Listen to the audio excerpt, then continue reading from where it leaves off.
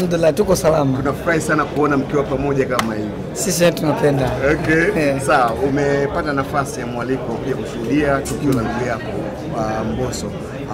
Kwanza mara ya kwanza mkao baada ya kuingia kwenye mitandao kumuona ndugu yako akianza kutizi kuhusiana na ile green ile. Kwanza ulichukuliaje? Mimi Batimani mtu wa karibu kidogo au nzuri na Mbosso. Sikuwa na pressure, lakini pia mimi ni mmoja wa watu ambao walikuwa hawajui kinachoendelea. Kwa na mimi mwenyewe nimekuwa surprise. Na leo tumekuja hapa naona nimekuja na wife kwa heshima na tazama baada ya kupokea mwaliko. Tuko kwenye room number 3. Tunataka tujue kilichomo kwenye room. Unahisi room number 3 ni nini?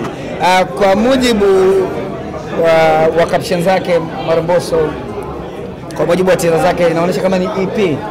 Anatambulisha EP kwa maana ya tracks zake ambazo zitakuwa ndani baada ya ukimya wa muda mrefu. Na nikijitoa kama msanii mwenzie, kama mshabiki, nina kiu ya kusikia kwenye room. Kuna masofa, kuna ndoo, kuna sufuria. Niko so excited kusema kweli. Yes. Sitaki niambia kama Barnaba hujapata nafasi hata kusikiza hata nyimbo moja hapo. Sijaipata nafasi. Kwenye hiyo room number 3 sijapata nafasi. Ndio maana nimekuja hapa kupata mwaliko wa listening part. Kwa hiyo unaweza kuona namna gani kwamba mimi ni mgeni pia. Lakini sina mashaka na Mbosso hata kidogo. Sawa, Mbosso ni msanii ambaye pia itokea kwenye label. Tunakumbuka alikuwa mkubwa na wanae kule kwa Said Fela, lakini pia akaenda WCB. Sasa hivi anasimama kama yeye. Najua wewe ni msanii ambaye pia umesimama wewe kwa muda mrefu. Safari ya muziki ya Mbosso, labda pengine ukipata nafasi ya kuzungumzia kama hivi kwenye kamera, ungependa kumwambia nini kwenye maisha ambayo pia anaenda kujitegemea? Bahati mbaya nzuri Mbosso sio mtu wa kumwambia vitu vingi sana kwa sababu najua ni mbobevu. Mmoja na thubutu kusema ni mmoja wa wasanii wenye nidhamu ya hali ya juu sana. Ana usikivu, mnyenyekevu. Hata huko alipotoka ukiuliza sifa yake kubwa pia watu wanamsifia kama ni msanii mwenye nidhamu. Na ukiacha kusifiwa, mimi nimekaa na Mbosso, sio msanii wa kusema na makelele, nidhamu yake ndogo. Kwa nina matumaini makubwa kwenye safari yake ya muziki. Na mtakia kila laheri.